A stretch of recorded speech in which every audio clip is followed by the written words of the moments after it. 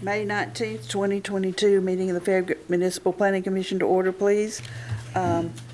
If you are interested in speaking tonight, please pick up a blue card that's on, is it the table back there, Mark, or do you have them? Yes, they're back on that table there. The table by the door, as well as our procedures for speaking. We ask that everyone who is with the public fill out a blue card, hand it to Mark, and indicate what item on the agenda you wish to discuss or have a question on or a comment for.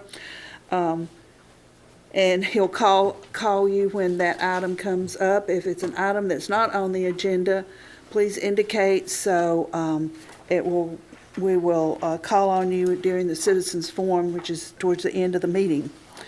And please pick up one of these sheets also back there by the door that has the procedures that we go through for speakers and people who wish to make comments tonight.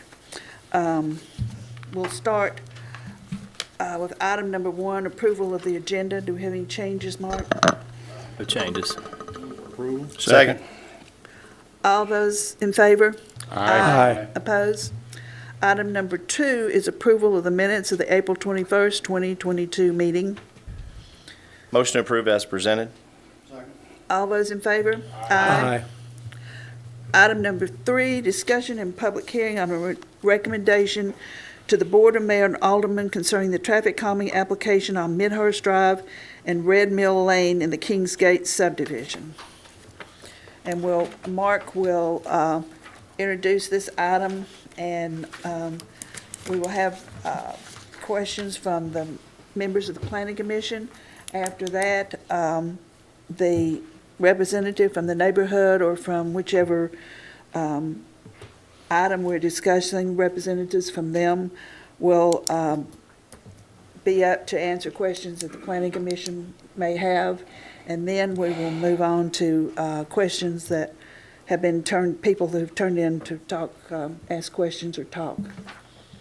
So I'm actually going to just turn it over to the expert in the subject matter, Brandon Tupper, the Assistant Town Engineer. Thank you, Mark. Thank you for the introduction. and yeah, will you tell us again who you are and give us your address, I guess, here? Absolutely. My name's Brandon Tupper. I'm the Assistant Town Engineer, so I work here in Municipal City Hall. So I'll be presenting the item number 3 here, which is discussion and public hearing on a recommendation to the Board of Mayor and Aldermen concerning a traffic calming application on Midhurst and Red Mill Drive, or Midhurst Drive and Red Mill Lane in the Kingsgate subdivision. So going back to February 2021, residents of the Kingsgate subdivision submitted what's called a traffic calming application. It's part of the traffic calming policy that we have here at the town of Farragut, and it's the first step to kind of kick off the process. Once they submit the application to staff, we review it for completeness and ensure that the location that's being proposed for traffic calming, it does meet the requirements. It's got to be either a residential street or a local collector. There's grade requirements. It can't be too steep of a roadway, different things like that. Then the first step on this application specifically, we met out there and determined that this location would be eligible based on the policy or the requirements laid out in the policy. So the next step in the process is then to go out and actually do a speed study. We do that in-house here with staff. That involves putting out the pneumatic tubes that actually count the cars and the vehicle speeds. We do the study for about a week. In this particular location, we did 5 studies. If you look at the map up there, we did 2 studies where you see the dark red lines. That's going to be the locations that are proposed tonight. We also did a couple studies adjacent to that, down Red Mill Lane and then up Midhurst Drive as well, looking to collect some more data and kind of just get an overall feel for the speeding within the neighborhood. On the agenda there, you'll see what the numbers that came back as far as the 85th percentile speeds are. All of them exceed 35 miles per hour, which 35 miles per hour is the number that we use, or the speed that we use to determine whether or not an application would be eligible based on speeding. Next step after that, since all the locations were eligible, we held a public meeting, notified all the residents within the affected area, and also posted it publicly, held it here in Town Hall. We had actually a really good meeting. We had probably 15, 20 residents show up. We had a mix. Some residents supported it, some were against it. Some actually requested additional locations. Others were, like I said, adamantly opposed to any traffic calming. So out of that, what we decided as a traffic team and based on the public input was to keep the application local to just that speed zone and only go for 2 traffic calming or speed humps in this situation. As you can see there would just be 2, and that was really local to the actual individuals who requested the traffic calming. They live right there at that intersection of Midhurst and Red Mill. One other action out of the public meeting was there was a request to do a follow-up study prior to this meeting after Virtue Road was reopened. It was a perception from some of the residents that perhaps people were using Kingsgate as a cut-through while Virtue was closed. So we did do that follow-up study, and we can report that there was no change in speeds and very little change in actual average daily trips that we saw there. So the location remained eligible. So based on that, we went to vote, and what the policy requires is that every resident within the affected area receives 1 vote, and that's 1 vote per resident, and it is mailed to the address that is on their tax record file. We mailed out ballots to every resident within that affected area. They have 30 days to return them. We received 105 ballots returned. Out of that, 83% of the ballots returned from the speed zone voted yes. Yes being affirmative, they do support traffic calming at those locations. And 70% from the overall affected area voted yes. The thresholds in the policies, it must be 65% in that speed zone and 50% in the affected area. Both met that threshold. Therefore, based off of public meeting, vote, the conditions here, and moving to the next step within the traffic calming policy. The next step is to present to the Farragut Municipal Planning Commission for final recommendation to the Board of Mayor and Aldermen. What the traffic team is recommending is speed bumps at 2 locations. You can see on the screen here an example of what we're proposing. They're asphalt speed cushions. They're 3 inches in height, and they are, we call them speed cushions because they have brakes in them for the emergency vehicles versus a speed bump would be all the way across the road. Side note, we obviously got input from Dan Johnson, our fire marshal, and ensured that he was comfortable and approved the plan, and that was his recommendation, was to go with these speed cushions. Let's see, what else? That's really the highlights. We plan to do the work with our on-call roadway maintenance contractor. They do, which is PRI of East Tennessee currently this year. They do all of our patching, repair work, and similar type work for the town throughout town. So, and the estimated cost would be a total of $15,000. Brandon, I've got a question for you. Yes, sir. We received back 105 ballots. How many did we mail out? I believe it was 190, I believe. All right, so a little over 50% return. I think that's actually pretty good to get that many returned. The second question is, and you've kind of answered it, but I still have a little bit of concern about it, is you've chosen the speed cushions versus some of the speed bumps or humps or whatever you want to call them, like we've used in Village Green in the past. It seems to me that if we're creating this distance between the speed humps to allow for emergency vehicles to go in between them, aren't the speeders going to do the exact same thing? So they're specifically designed to be 6 feet exactly wide, and what that is it's wide enough that no typical vehicle, even a large like dually truck or something like that, could not straddle them. But ambulance or fire truck, they have just outside of that as far as the wheelbase goes. So Okay, so it's more about it's the width of the speed cushion, not the width in between the speed cushions. correct, yes, sir. Okay, so I'm looking at the detail, but I can't see it. So what's the distance between the speed cushions? It would be field located. We would want it to be anywhere more than 2 feet, but less than 4. That Okay. way, if you had a bicyclist or a motorcycle or something, they could navigate it safely. But but we wouldn't want it to be greater than 4, or else a small vehicle could, as you pointed out, could make it in between them. Okay. Thank you, Brandon. Yes, sir. Anybody else on the planning commission have a question? I do have one citizen that signed up to speak to this, and I'll make a statement about timing. I'm doing this the old-fashioned way on my Sunto watch. I do have one comment too. Yeah. Brandon, I just was wondering, how do you determine the distance between the two, the one on Red Mill and the one on Midhurst? I'm a resident of that area, and it Yes, just sir. seems that they're almost compressed together, because you come down the hill and that location will be right at the bottom of the hill.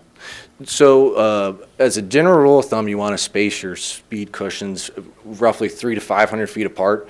That's what's found to be effective. Anything less than that is, egregious and just uncomfortable and unnecessary. Anything more than that, you'll get excessive speeding in between them.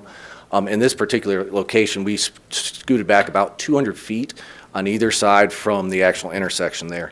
You're correct, on the west side there, that's about as far as you can go before you start getting up onto the hillside, which we got to keep it under an 8% grade for installation on this. So we went to the farthest back location that we could while getting off of that actual hillside, matched it onto the east side. These are spaced roughly 400 feet apart, like I said, 400. about 200 feet from the intersection. Okay, thank you, Brandon. Yes, sir. Brandon, I was going to make comment. This is really more of a ask and answer, but I would think that as just an ordinary citizen, that the long straightaways would be the ones that are most abused as far as speeding. But why I say kind of ask and answer is maybe if you could educate us as well as the folks here, maybe the folks at home, that when we determine an area for eligibility for this, the ones that are actually applying for it are the local residents in that immediate area. And when we mean immediate, we're talking about the sub-geographic area right around that. So there probably are speeding problems in the straightaway if you go further west on Midhurst, but since those residents haven't necessarily applied for speed cushions or any kind of traffic calming in front of their homes, that's the reason why we're not looking at it at this time. Is that a fair statement? That's Okay. correct. Yeah, and you are correct that, as you can see, all 5 of these locations would be eligible from a policy and speeding standpoint. What we wanted to do, again, because there was a mix from the residents of the neighborhood as far as supportive and unsupportive, we didn't want to expand it all the way up and down Red Mill, Midhurst, and end up with 7, 8 speed bumps and get into a condition where it would probably not be approved because you would have to expand the affected area, a lot more vote, and typically people would find going over 1 or 2 speed bumps acceptable, but 7 or 8 probably too much. What I did tell the residents now, if they want to, let's go forward with this. Let's install these. Let's see how they're received and see how they're effective and see how the residents again how they're received. And if they want to apply to extend them and do more other locations, then we would just open it up as a new traffic calming application. Basically, it kind of represents the fact that the squeaky wheel gets the grease. That's correct. So if you- Commissioner Meyer, when we amended the policy, part of that policy is the opportunity to revisit, is it effective? I guess we give it about a year. Is that the 6 policy? months, at a 6-month period. We'll go back and do another speed study and see if it's effective. That was the problem with Farragut View when they were actually the impetus for us to take a look at this policy for collectors that are residential. And when they had the opportunity to apply for them, they actually put in, we're going to apply for like 8 or 9, and that's what sunk their application. So they learned from that, okay, maybe we need to take a little slower effort. We ended up amending the policy again after their experience to produce a speed zone and an affected area, because the speed zone tends to be where they're really seeing a lot of it, and the residents that are in the speed zone were upset that their vote was counted as much as everybody else who was actually doing the speeding. Right, So okay. we amended the policy again and keep working through it. It's an effort with the residents who are having experience with this. This one seems to have been a successful, it seems like there's a lot of support for this. They've taken a conservative view, I think. They Let's see definitely how this exceeded the works. thresholds, so. Yes. It's kind of offensive when you know that that's a residential area and some of the speeds that are that's 85th percentile. So, It's amazing, it's pretty fast. yes, so there's 15% that are going faster than that. So, And that's a 35, and that's a 25. I was gonna say, it's either it's 20 or 25, yeah. 25. Correct, yes, sir. Would you educate us a little bit on the hills and what you can and can't do on hills? Yes, ma'am. We draw the line at 8%, and that's, again, based off of Federal Highway Administration recommendations. And if you look at, Commissioner Meyer noted the bolt down type, that's the maximum recommended by that manufacturer. What you don't want to do is put it on a hillside where either they're not going to be seen as you come over a hillside, or where you're already in a braking condition or you're in an accelerating condition, which might induce loss of control of the vehicle. Again, it's all about control. We want it to be very visible, effective, well known that they're there, so everybody's slowing as they're approaching it and traveling at a safe speed. What will that look like as far as the warning that you're approaching these speed cushions? Will there be reflectors in the asphalt and then also signage? Is there any light or? No actual light. If you look at the detail, you'll have that reflective thermoplastic paint on them to actually indicate it on the asphalt itself. There will also be 2 signs in each direction. One leading indicator sign that says speed humps ahead, and then one right at the speed hump with a also cautionary 15 mile per hour sign below that. So you'll have a sign as you approach, a sign right at it from either direction. I was just wondering, because when you're heading, I guess, west on Red Mill, that you are at an incline approach and you're hitting a hump, so will it still be illuminated with the reflective paint? Yeah, absolutely. We'll make sure that we locate the sign in a location that they have plenty of sight distance, and we'll look at the signage. Another thing we're looking at is possibly adding like some chevron signage actually at that intersection to guide people that there is a curve ahead. So we'll do a sign it per the MUTCD and then enhance any signage that we feel would be beneficial while we're out there. Yes, sir.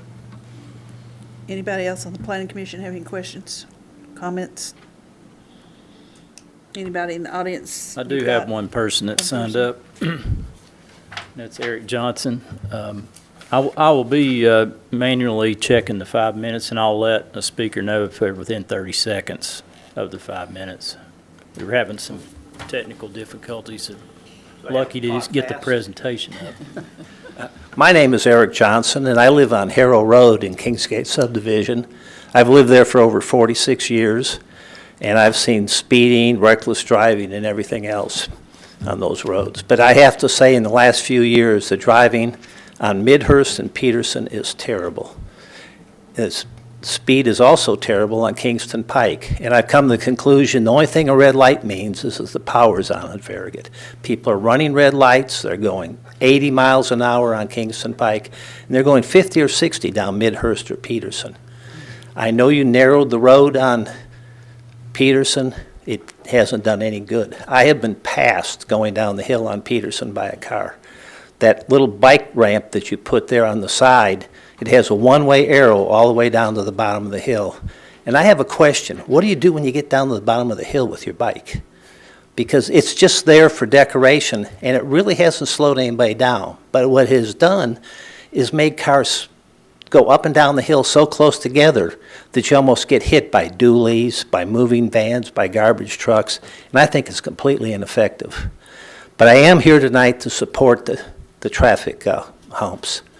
I think anything to reduce speed is worth a try. I've seen these in place before, and we need to do something. In my time there, I've seen one accident on Midhurst that wasn't real bad. I saw one on Peterson where a person was killed, and I saw one on Red Mill at Turkey Creek where a new driver was killed. And there's nothing worse than coming on an accident where the mother's there and a young person is killed. I think we need to do anything we can to slow down people and get somewhere near the speed limit. Some may think 25 is too slow. I probably go through the subdivision a little bit over 25, probably 30. And if I got a ticket for it, I deserve it. But I think 50 or 60 miles an hour is absurd, and I've seen it take place, and I think you need to try this. And I would think this would be a better idea on Peterson than what you have. Because really, people on Peterson, I haven't noticed any change in speed since you put the narrower lanes in there. And this might be something to look at in the future. I think my 5 minutes is up. Thank you. Is Peterson too steep for this? I'm guessing that probably is the case. Is that right, Brandon? it's pretty I can steep. address Peterson. It is something that we are looking at. There is definitely locations on Peterson that are too steep for it. There's also some flat areas. Mr. Darrell Smith and myself, we've been looking at it as a potential because we have received some similar feedback that Peterson needs to also be looked at from a traffic calming. We have a few other applications that are in process right now. One's in Farragut View that Ms. Poplin noted, another one in Concord Hills, and then we'll circle back around to look at Peterson Road. But it is a potential. We're not sure exactly yet what the best method would be, though. Thank you. And like Mark said, this is a recommendation that the planning commission makes to the board of mayor and aldermen. When will that happen? Do you have any idea? Most likely the first meeting in June.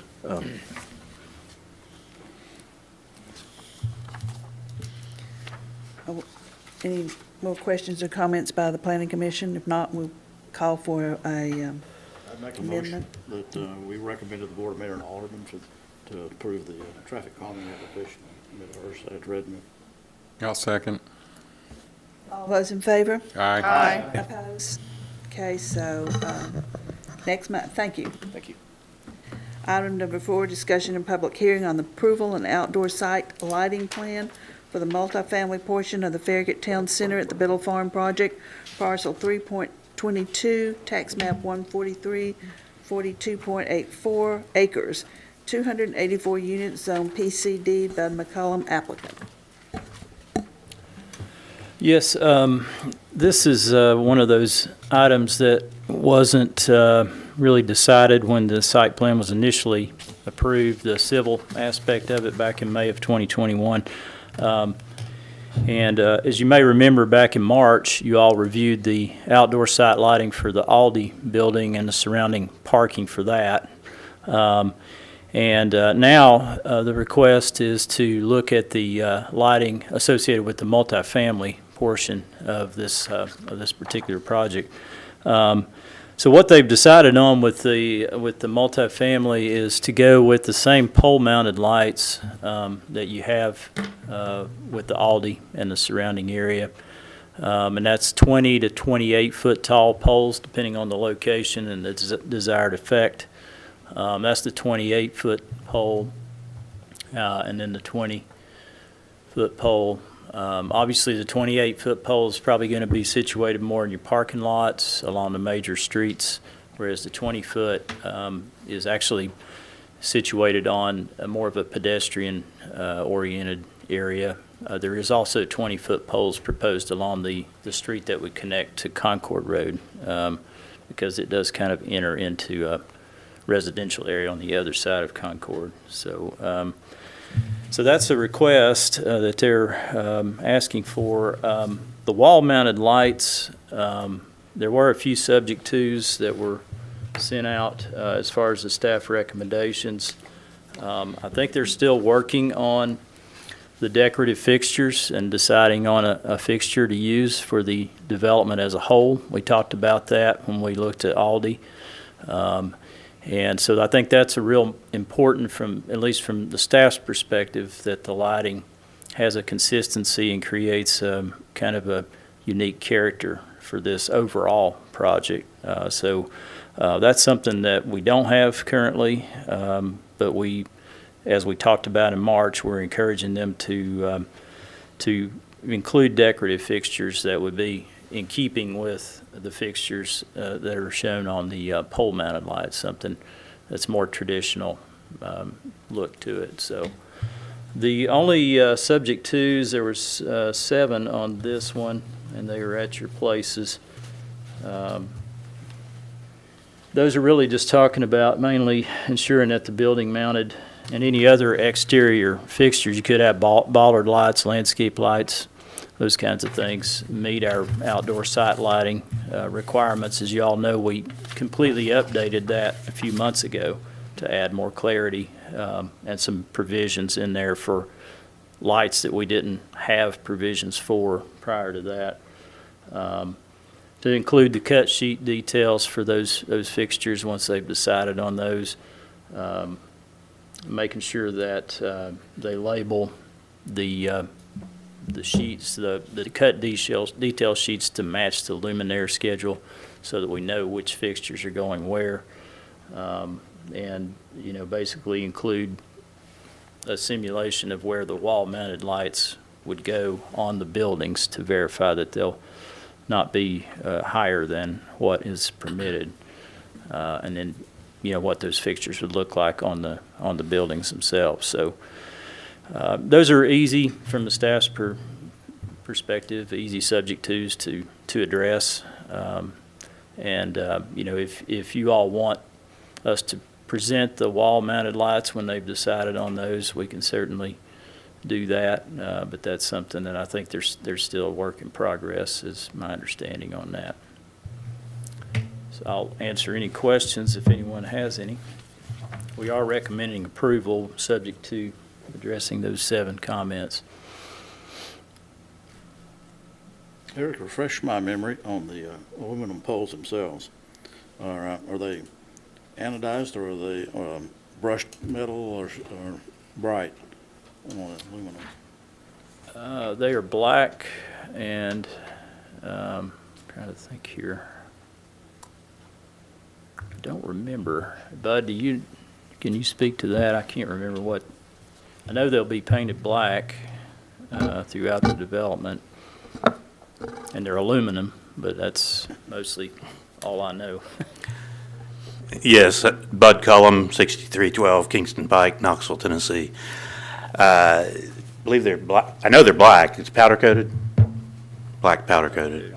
Yeah. And I can, while I'm up here, I can say that we agreed to all 7 of those stipulations.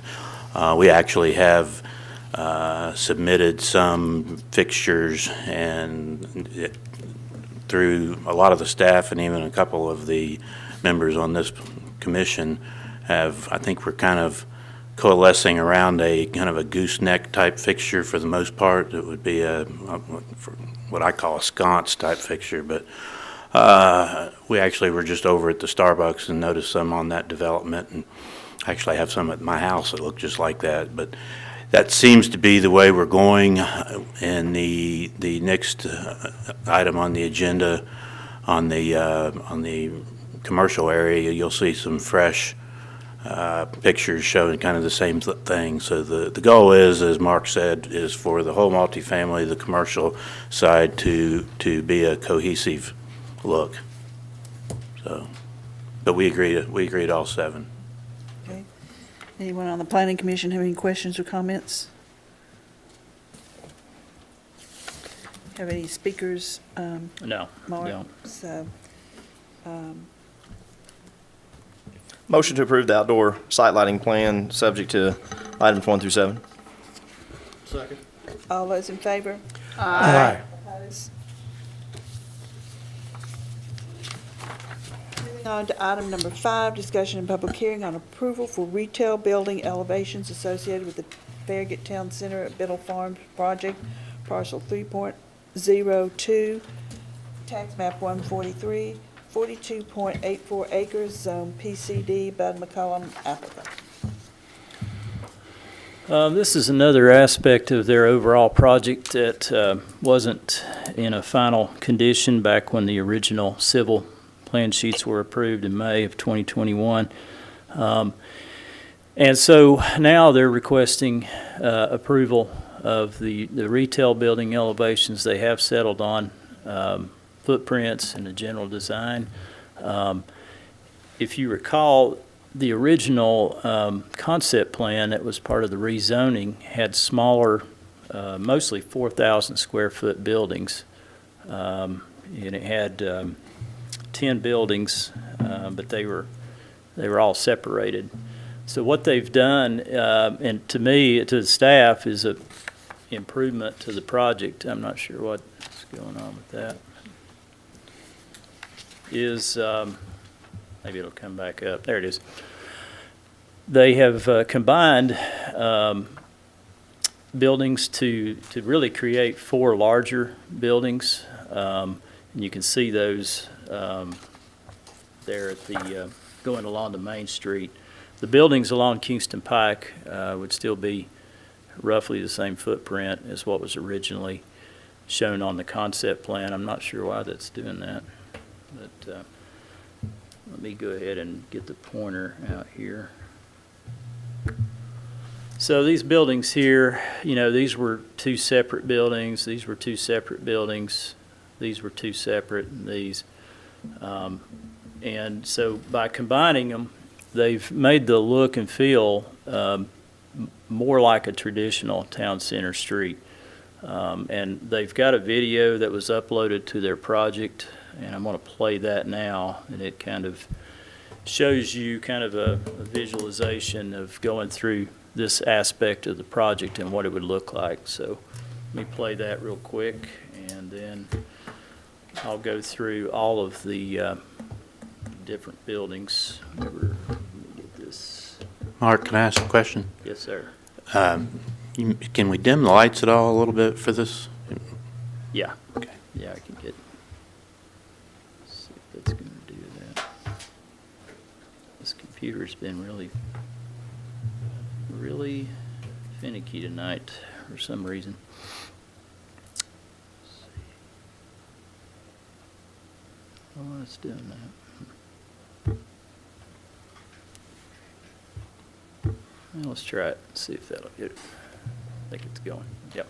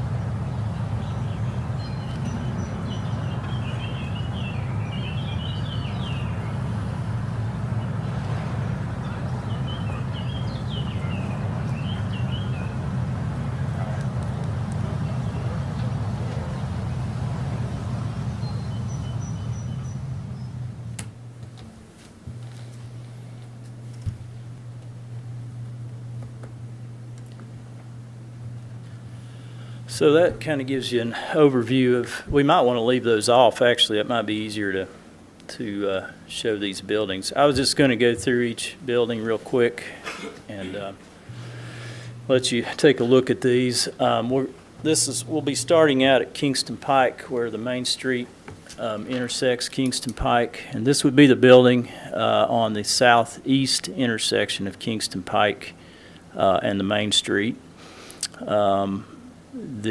Some of the staff's comments, as you may have noted there, deal with some of the elevations that are not along the main street and trying to address some of the blank wall appearances.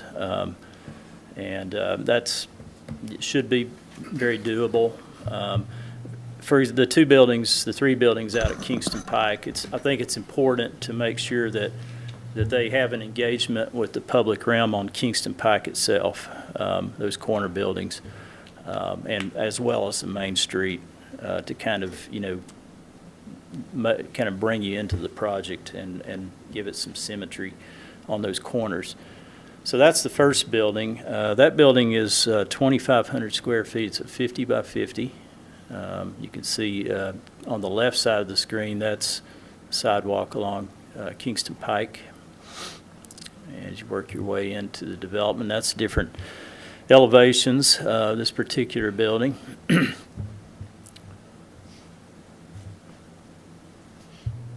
we'll go to the next building as we work our way south on the same side of the street, east side of Main Street. This was originally two separated buildings. Now they're joined together, shops 2 and 3. Again, the larger footprint, I think, gives it more of a real town center look and feel. Adds more substance and scale and character to that street. These buildings here, 2 and 3, are roughly 52 by 160, so a little over 8,300 square feet. And you can see where, and believe me, this is probably, I don't know what iteration of these plans this is. They've really worked on the 2-story, the buildings having the appearance of a 2-story. Most of these will not be functional 2 stories. I think some of them could be. They plan to build these out of type 2B construction, so that does give it some flexibility to do some, different things within these buildings in the future that you may not have with other construction types. So this particular building, it has very good articulation. I think all the separate spaces within the larger building have kind of a differentiation that you can see there. So I think they've done a pretty good job with the transparency on the ground floor, the middle portion, and then having a defined cap on all these buildings. As I mentioned earlier, this building's about 52 by 160. And there's some other elevations. Again, one of the staff's comments is just looking at all elevations. We know that the elevation that doesn't face Main Street is not as critical aesthetically, but the elevations that are on the back of the building, then they probably just need a little bit more attention in terms of kind of breaking up the expanse of large areas of brick. I think they've done a great job with color differentiation, but our suggestion is just kind of looking at those elevations and tweaking them just a little bit more. As we work our way further south, buildings 4 and 5, this is another building that was 2 separate buildings. This building is the same, a little bit shorter than the shops 2 and 3. This is 52 by 150, so it's about 7,800 square feet. And you can see that.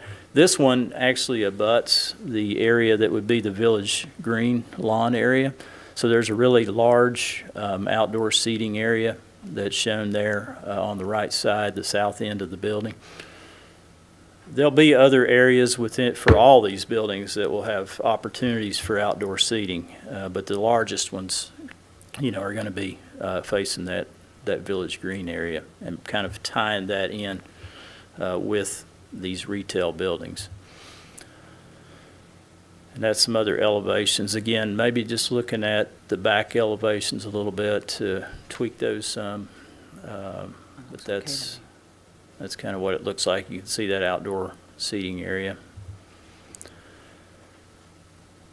Inside elevations. And now this building we're working our way over to the west side of Main Street. And this building is the one that faces the Village Green on the west side of Main Street. So you can see the outdoor seating associated with that southernmost building.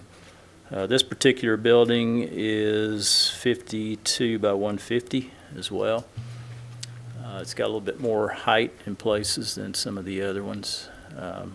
These are some other elevations. And there you can see that defined outdoor area that abuts the Village Green space.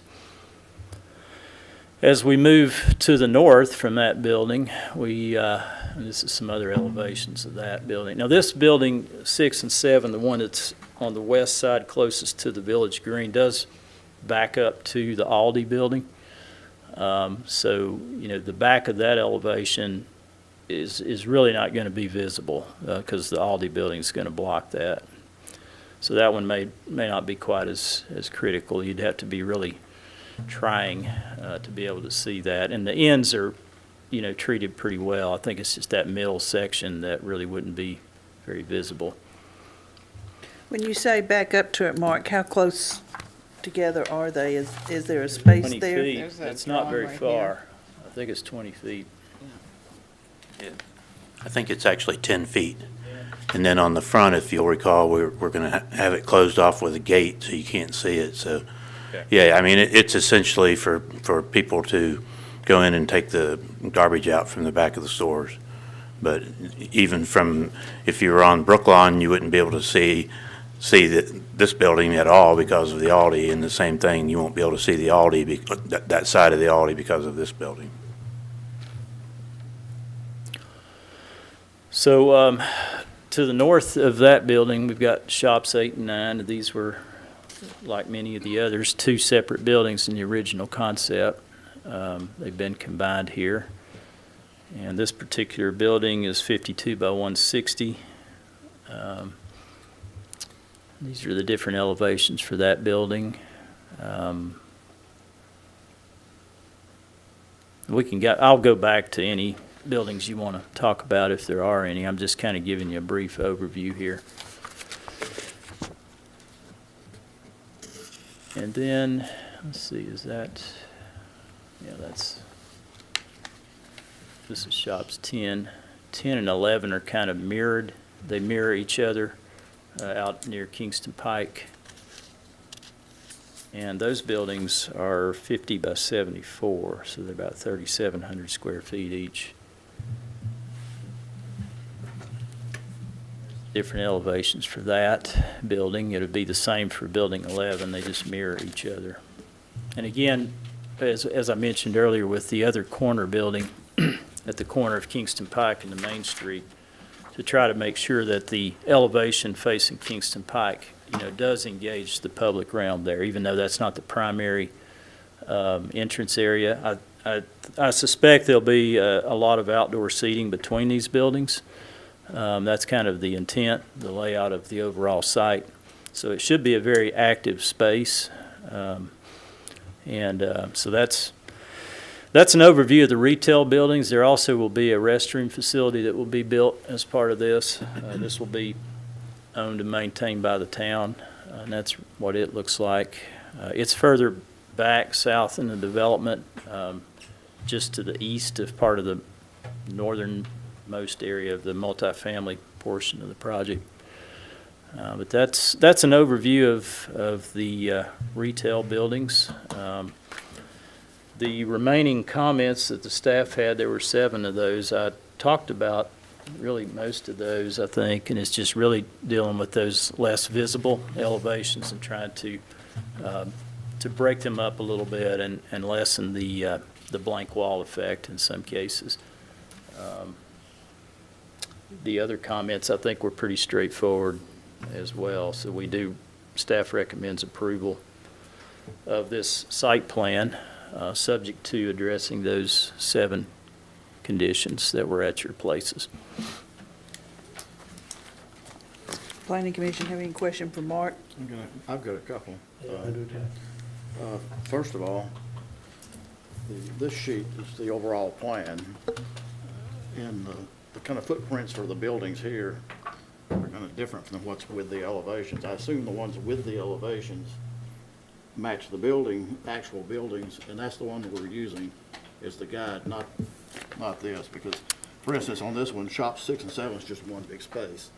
Right. Rather than individual spaces. So we're using what's with this, Yeah, governing the plan that matches the facades, right? yeah, those facades match the layout.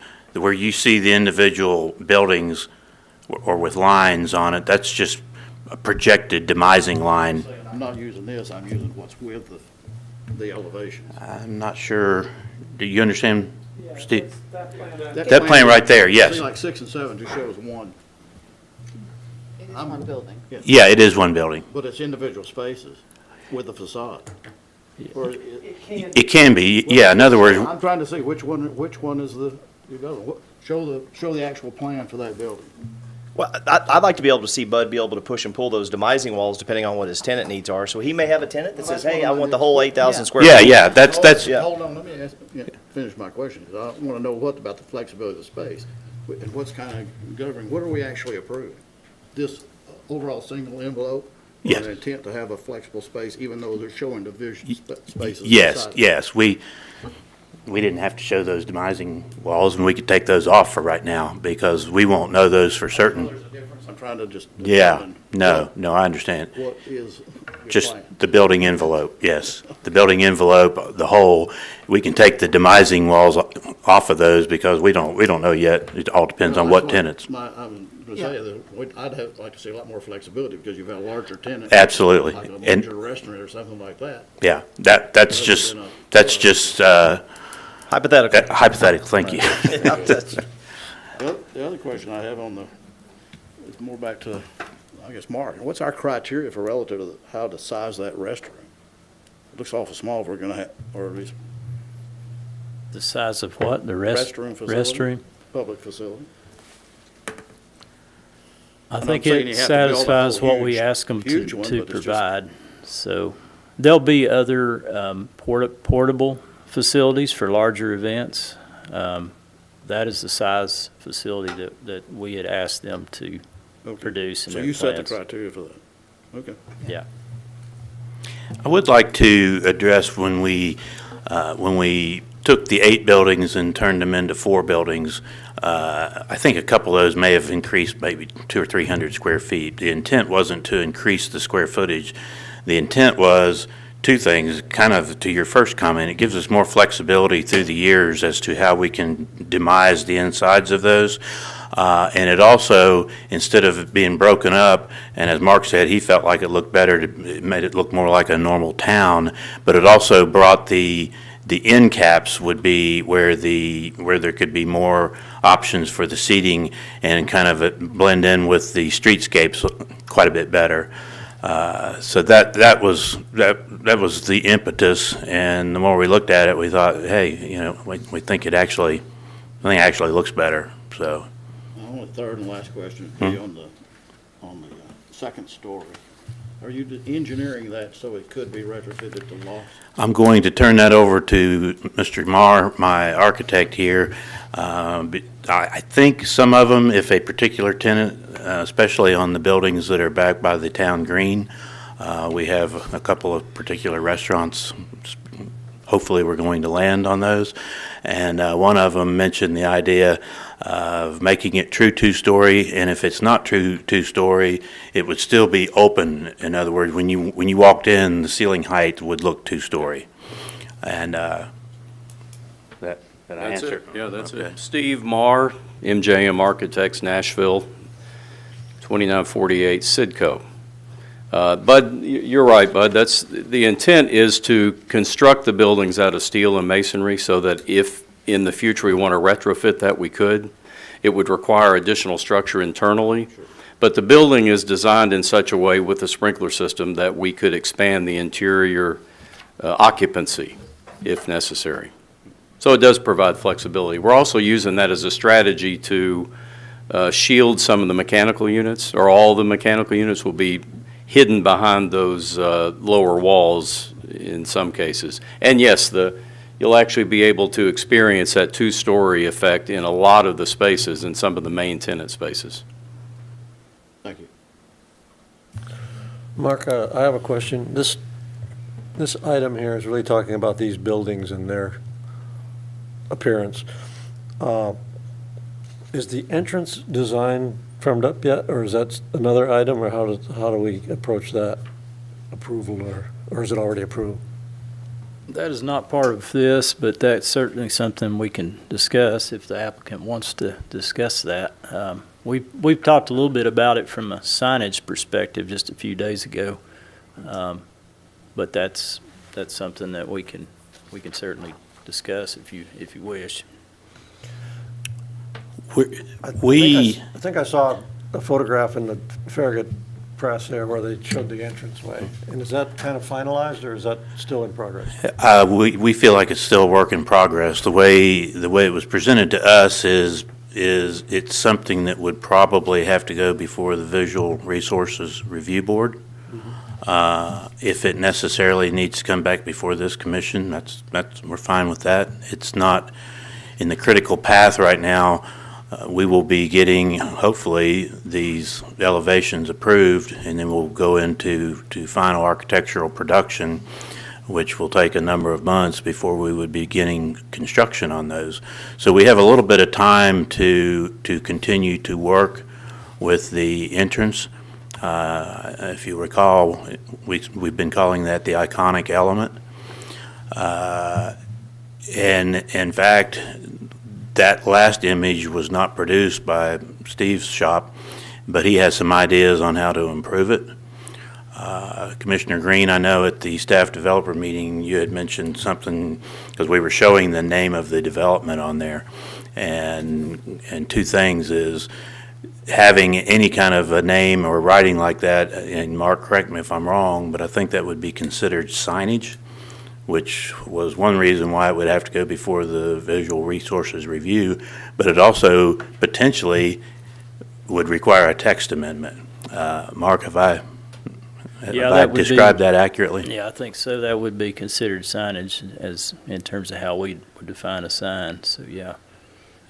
What they are thinking about may require some text amendments. We don't know yet, but once they settle on something, we can have a discussion with them at the staff level. And Another one of the things that Mark had mentioned, and I can't remember if it's actually in the notes or if you just mentioned this verbally, but wanting to make sure the image that you saw in the little movie that we showed that has that, it tended to block a couple of the buildings that front on Kingston Pike. And we've gone to great efforts in continuing per these notes that Mark's made to make those look really, really good from the Kingston Pike side. So the last thing we want to do is have a building that looks good and then just totally block it with the iconic element.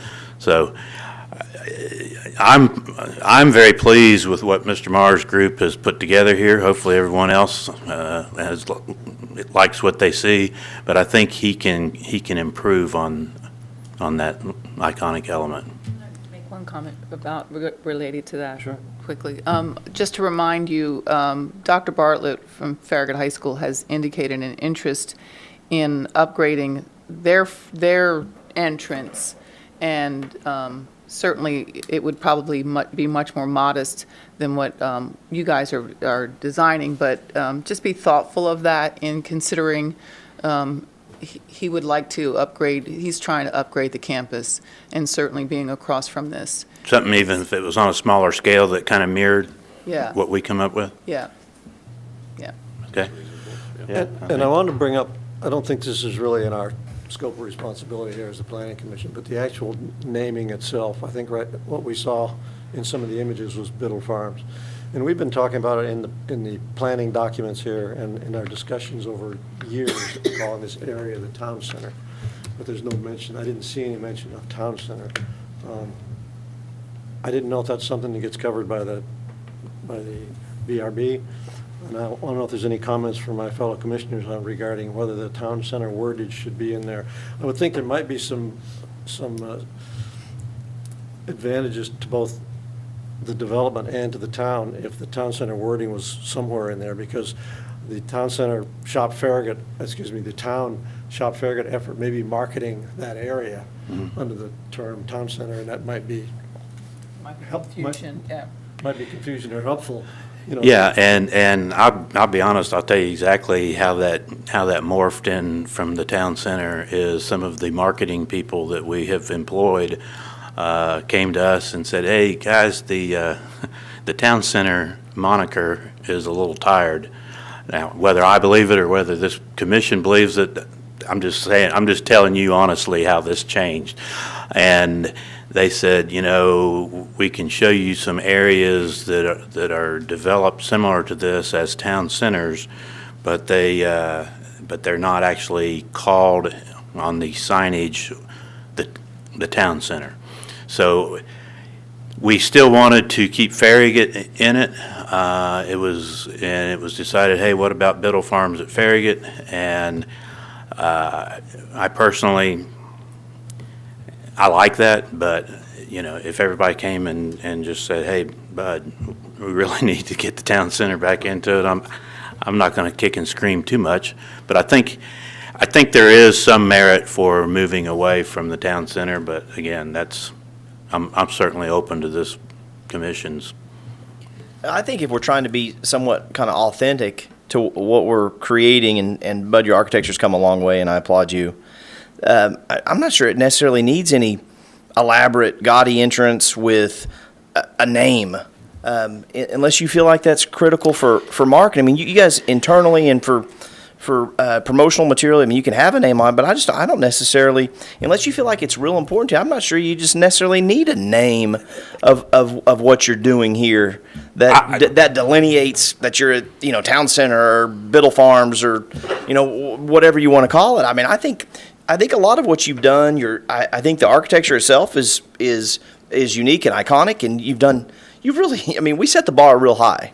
And you've jumped real high, and we appreciate that. And I mean, I think you've really incorporated all these elements that I mean, I can speak for myself. I can't speak for the rest of the Planning Commission, but I'm not sure you need to make something a real elaborate entrance with a big name on it. But I mean, I'll leave that up to you guys. Well, let me, since I'm being candid here, everybody I think in this room knows what's happened with construction costs over the last 2 years. So I welcome any way to help get this thing closer to budget. With that being said, I think I can think of one particular development, and Steve could shed some more light. This is over in the Nashville area, but ironically it's called Berry Farms, and I don't know if anyone's familiar with it, but they use through their wayfinding and various other places, and at the entrance, it's a white brick with a hunter green kind of motif, if I recall, Steve. You would know better, but it's Berry Farms, and it's not glaring in your face.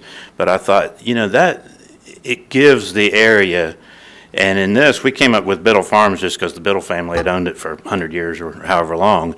I had seen one other project in Lexington, Kentucky, and it was very similar. And, what I'd probably like to say is we've given Steve Marr direction just today to let him take his stab at another alternative for the iconic element. I would say let's see what he comes up with. Like I say, we don't have to start producing that and building that right now, so we have time if we need to come before the Visual Resources Review Board and back before this commission, and let's see what he comes up with. It may be, Commissioner Myers, it may be that in the end everybody says that's detracting. You've done your buildings, you've got your street, you got your streetscape, you got your landscaping. We may end up there, but I would, at this point, I'd like to see what this gentleman comes up with. I mean, like you look at the architecture on the screen. I mean, I see iconic elements right there. Yeah. And so what we don't want is Epcot. Yeah. Where you've just got everything that's just fake. Right. And and I think you guys, you're doing a great job. I mean, I think we're trying to incorporate somewhat historical architecture in a community that doesn't have a lot of historical architecture, but we have kind of roots going back 150 years, and we're trying to create something that just for some reason it just got overlooked when this community was growing, and you're doing a great job. I guess I just don't. Sometimes more is not necessarily better, so I'll leave you all with that. Let you kind of come back with some ideas, and if you feel there's certain things that are important, or the rest of the Planning Commission or the VRB feels like that it's important, then. But I mean, I think you've got to draw just folks.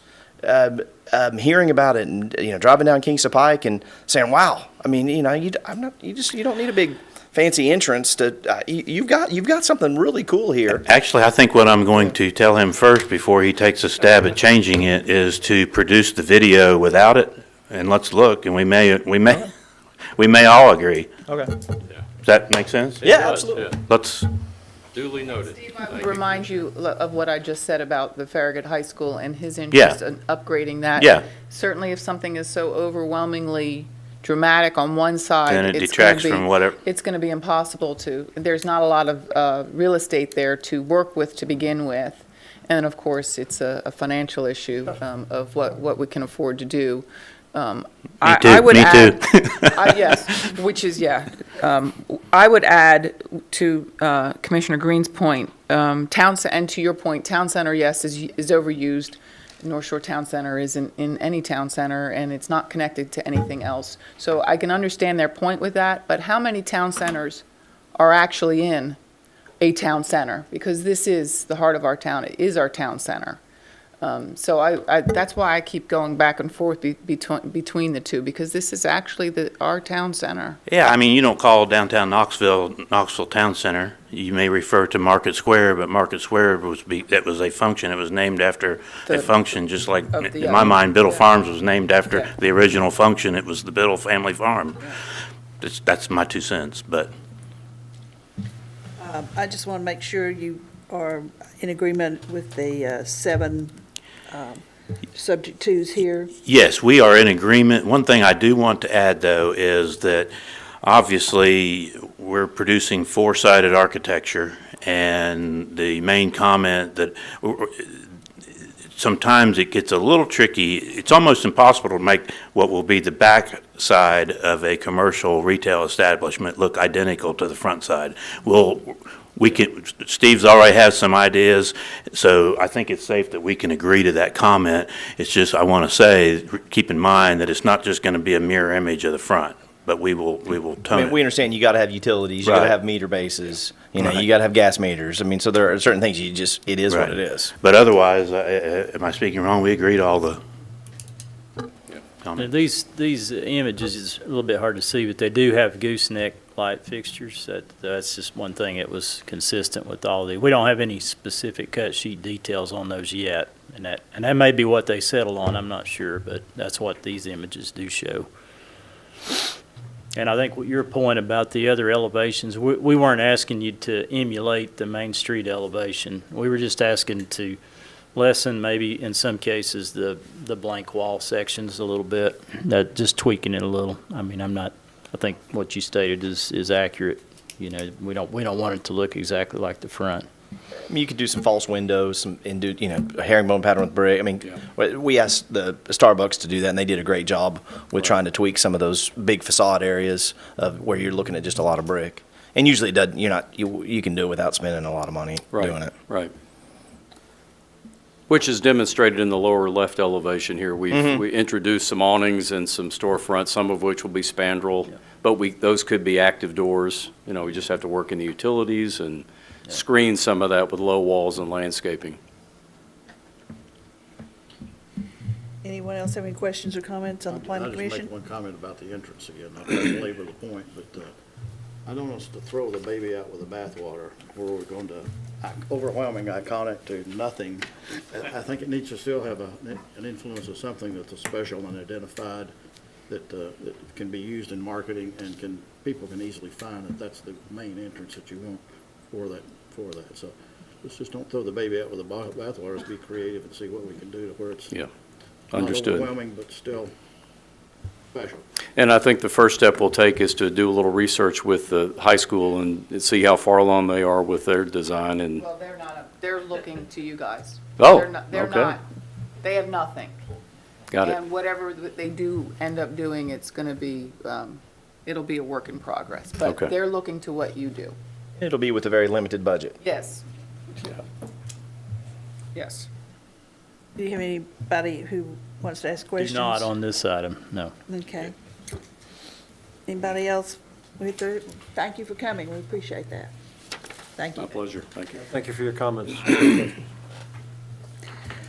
Then item number 6 is discussion on a concept plan for the building elevations. I don't think you've taken a vote on it yet. No. Have we had a motion in a second? Yeah. Okay. I don't I think don't we've have a motion. haven't had a motion or a second. So moved to approve the retail building elevation associated with the Farragut Town Center at Biddle Farm project subject to items 1 through 7. Second. All those in favor? Aye. Opposed? Now we'll go on to item number 6. Discussion on concept plan, after getting to the baseball game tonight, I guess. Discussion on concept plan for the building elevations associated with the Farragut Town Center at Biddle Farms townhouses. parcel 3.22, tax map 143, 42.84 acres, 49 units, zone PCD by the McCollum applicant. This item, number 6, is for discussion purposes only tonight. They're just trying to get some feedback on the use that they're envisioning in this area and the general physical characteristics of it. So just a little background here. The initial concept plan that was approved as part of the rezoning had some areas that were listed as future development, and this is one of them. This area was about a little over 7 acres. And what they've settled on that they would like to present is a 2- and 3-story townhouse concept. These buildings would be about 60 feet deep and from 130 to 138, 154 feet long. And they're situated just to the southeast of the multifamily portion of the project over in this area. And here's kind of an expanded view of that. And then this, again, is just a preliminary concept at this point. This was talked about at the staff developer meeting, along with the other 2 items associated with their project on this agenda. And so again, this is the concept. This is what they would like to do in this part of the PCD development. Since the original concept plan didn't include any development here, this would obviously be a major change to the original concept, and it would ultimately have to be approved by the Planning Commission and the Board of Mayor and Aldermen, since it is associated with the PCD zoning district and rezoning. So that's kind of what they have provided to get your reactions to, your feedback. Again, similar to the retail buildings, I believe they will kind of, build out spaces based on demand. They have 4 different floor plans, and at least that I've seen, and they've different widths and different arrangements internally, and 2- and 3-story mixture. So that's kind of an overview of what we have at this point. And if you have any questions of me, I'll be happy to try to answer those. And Mr. Cullum is here as well, and he can speak to other questions that you may have. Mark, do our original traffic studies include the population of these townhomes? You want to speak to that, Bud? I suspected that may come up, and I asked the traffic engineer, and he wrote me an email, and if it's okay, let me just read it into the record, if that's all right with everyone. This is from Jeff Mize with CDM Smith and John Gould, who did the original traffic impact analysis. Bud, we understand that 48 townhomes may be added to the Brooklawn development plan in Farragut. Looking up the basic trip generation for this many homes would result in an expected 51 additional trips, that's entering and exiting, during the evening peak, and 39 additional trips entering and exiting during the morning peak. These trips would be distributed between 4 different access points to the development. We would expect the impact of these added trips to be negligible, with only a few trips at any turning movement location for a specific access point during the peak periods. Thank you. He also verbally told me that he can take this and plug it back into the original model and update that traffic impact study very quickly. So if it's something that this commission, prior to a vote on it, wanted, we certainly, whether that's next month or whenever, we can probably have that in a week, couldn't we? 2 weeks, okay. I always jump the gun on those things, but hopefully that answered your question, Commissioner Green.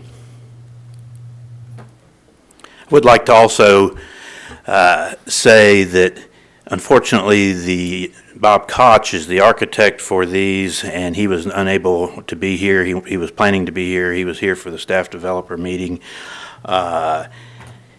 Essentially, these would be, the goal is not to be condominiums, but to be actual individual platted lots. So each buyer would actually own their lot, just like you would own in a subdivision.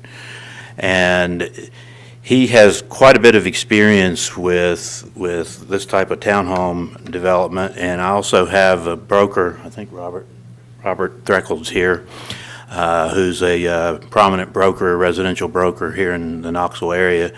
And they have worked on these plans, I guess now, good 6 to 8 months.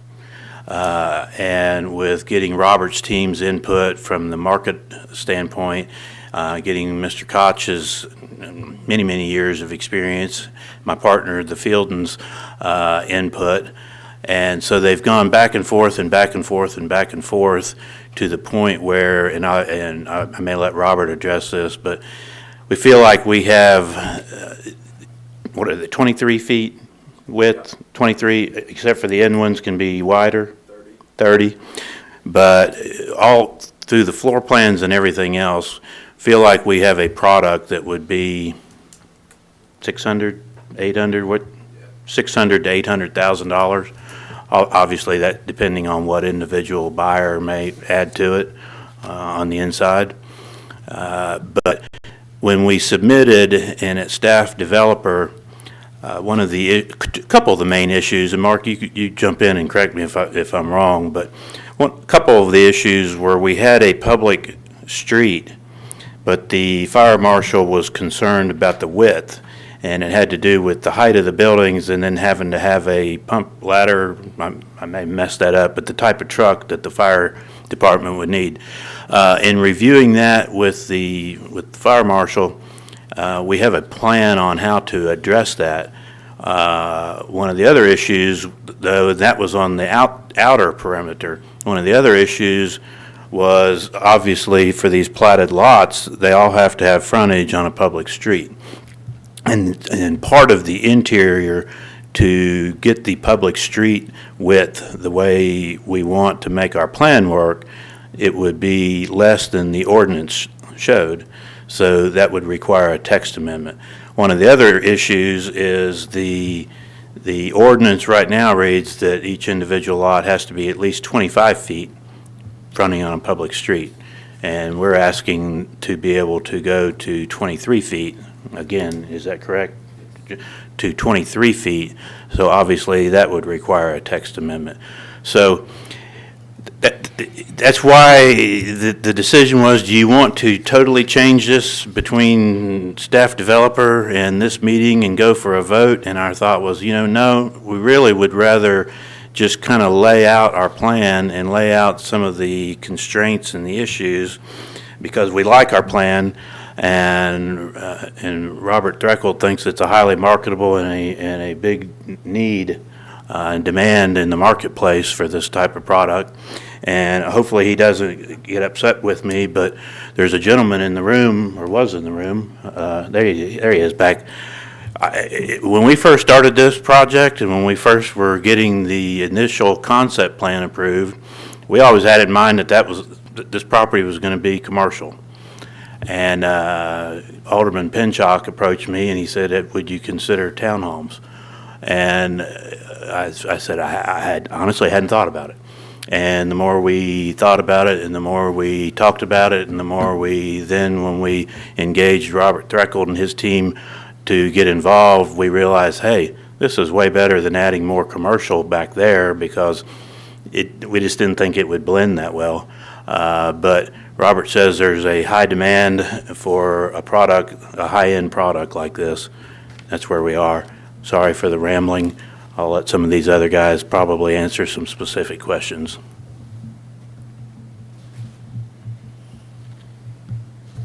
I like the concept. And we also have a track record of occasionally narrowing required right-of-ways. And so I just don't, I'm not seeing that as something that's insurmountable. We actually did that in the in the commercial in Yeah, our well, original, and yeah. we've done it in residential neighborhoods a few times, and it looks like you've taken one of the kind of the loop roads that runs around the perimeter, turned into a one-way, and I mean, so there's some unique and innovative ways to address some of these issues. I don't think we've ever gone down to 23 feet on width before, but that is not uncommon in maybe more urban settings, so that's something we could deliberate about and talk about the merits of. But, I mean, I like what I'm seeing. I mean, quite frankly, I'm not sure we've, as far as the traffic study goes, I mean, it's a 48-unit development, residential development. I mean, typically, we don't require traffic studies on 48 units of residential development. Now, however, you've got a traffic study already kind of in the queue, and if you've got a traffic engineer willing to update the information, it's probably good to have that information because you still have some future developable property that that's delineated on your site plan. So it's at some point it's probably a good idea to continuing to update that so you know what your trip generation looks like. But so far, I kind of like what I'm seeing. I think it looks like they're kind of split foyer, which I think is pretty cool. Kind of a brownstone feel to it, and so I mean I think it is a very desirable product.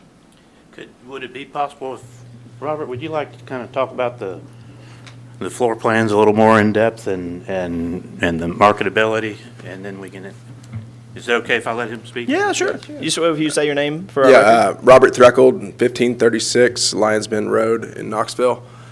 Yeah, so I guess I wish Bob was here. But yeah, as far as the entrances, everything is designed to go up. So the base level is going to be a garage and then have some finishable space as an option. All the units will have an elevator option as well, as far as the demographics of our potential buyers, and stairs, with easy access. The 23-foot width, that is wide enough to allow 2 bedrooms on the same floor to be a little bit more configurable space-wise. So, I guess. And give you sufficient for a 2-car garage, obviously. Yeah, it's 2-car garage. 23's comfortable. Yep. Anybody else have any questions? Mark, since we're talking about the traffic impact study, we have a lot of projects in the hopper on our CIP. Could you show? Yeah, I got some. I requested our engineering department put together some information for all of the projects that we have going on. Yeah, let me go ahead and get that in the slideshow here. And as I hit the enter button, it'll bring up the different projects that we're working on in this general area. Just to give you, well, I think you can kind of see the general layout of the different buildings. You can see the track there at the high school property. But one of the projects is West End Avenue lane reassignments. That's actually been completed. TDOT is going to be resurfacing Kingston Pike throughout the entire town this summer. And that, as part of that project, it's going to improve the whole corridor, ADA ramp compliance, just a lot of updates associated with that. And we've been working with them to look at our town center area in this particular spot with all the schools and this development and everything that's going on here to try to alert the car driver to the fact that the street is used by others besides just automobile drivers. So to make pedestrian safety a priority in this area, more visible and effective crosswalks, shortening the distance that you have to cross, painting applications and those kinds of things, just to really alert the traveler that this is an area that you need to be looking out for pedestrians, to make them think about that, especially here as we get like 35 North, Starbucks, and people will want to be able to walk from the town center over to the Campbell Station Inn for an event, and we need to be able to try to get them across these major arterials as safely as possible. So that's been a real priority of this board and the staff to try to deal with that. Advanced traffic management system. That's basically looking at the signalization network and using advanced technologies to try to lessen delays, improve, just improve the overall efficiency at our different traffic signals that we have in town. I think we have, 26 in the town? Correct. Yeah, so just trying to look at those and get the timing better throughout the whole system so that they're talking to each other and make everything a little bit more efficient. Do you have a projected completion date on that? You can see on the screen the fiscal year for where those Somewhere, are, but not where those are at. specifically? One is complete, some are in 2022, 2023, and then 2024. The Campbell Station Road, Kingston Pike Lane reassignments, fiscal year 2024. And then Jamestown Boulevard improvements is also something that we're looking at, fiscal year 2025. And then pending evaluation is down at Loop Road, which comes in from the county to Concord Road, and the possibility of having a traffic signal in that location. As some of you may know, there's a multifamily development that's under construction off of that road, and that road gets a lot of traffic. I drive it almost daily, and it gets really backed up, especially during school times, and a signal could help significantly in that area, so that's pending an evaluation. So that's just some of the projects that we're working on right now, just in this one area, to try to improve our traffic issues. Obviously, anytime a community grows, they're going to have more traffic. I mean, if you don't have an increase in traffic, you're not growing, you're not changing. So any development is going to bring more traffic, no matter what it is. But we're, trying to stay ahead of this and looking at a variety of different projects that are really specific to this area. So that's kind of an overview. I'm not the expert on these. That's more of Daryl and Brandon. But that's just an overview of what we are working on in this part of town. And Mark, may I add, because it's not on here, the improvements at Interstate 40 on Campbell Station Road, where that's supposed to be done this summer, The lane, adding yeah. capacity by an additional lane there. TDOT has improvements for Campbell Station Road and Watt Road interchanges. Canton Hollow has funding for improvement for the length of it. That's in Knox County. We have requested that Darrell Smith work with Knox County to advocate for improvements to Loop Road and Woody Drive, with an opportunity to explore a traffic light at Woody and Canton Hollow. We're also asked Darrell to work with TPO with Knox County to push up any kind of improvements that might happen on the Knox County's portion of North Shore Drive, which North Shore Drive is in desperate need. TPO has on the state highway portion of it, which is of course Concord Road to Pellissippi, that's state highway. They have something projected for 2040. We're hoping to push that there was just a deadly accident just a couple of weeks ago on that portion of it. So we also have looked at designs for adding an additional right-hand turn lane from Concord Road onto Kingston Pike. We haven't quite pulled the trigger on that yet to put it in a CIP, but we do have designs for it. It would be a slight lane widening required there. So there's a lot in the hopper. There's a lot being discussed around here. Louise, on the Loop Road traffic signal, is the entire right-of-way is in the town, correct? Obviously, it is a TDOT jurisdiction road. Yeah. There's something we might want to think about is the town of Farragut owns what will someday be a passive park that is acreage that goes down to the, I think we're calling it the Red Mill Park. Yep. Or Red Mill Dam Park. I mean, that might make the most sense for the trailhead at that location versus putting the trailhead, at the old First Utility and, well, it was actually TDS if you go back far enough, the old TDS parking lot. And I think that's kind of generally where we thought we would do it. But if we're just looking at things like this, it might make sense if there's some construction going on at that intersection. Maybe that's the entrance to the trailhead for that Red Mill Dam Park. Yeah, that's a good idea. Anybody else have any questions or comments?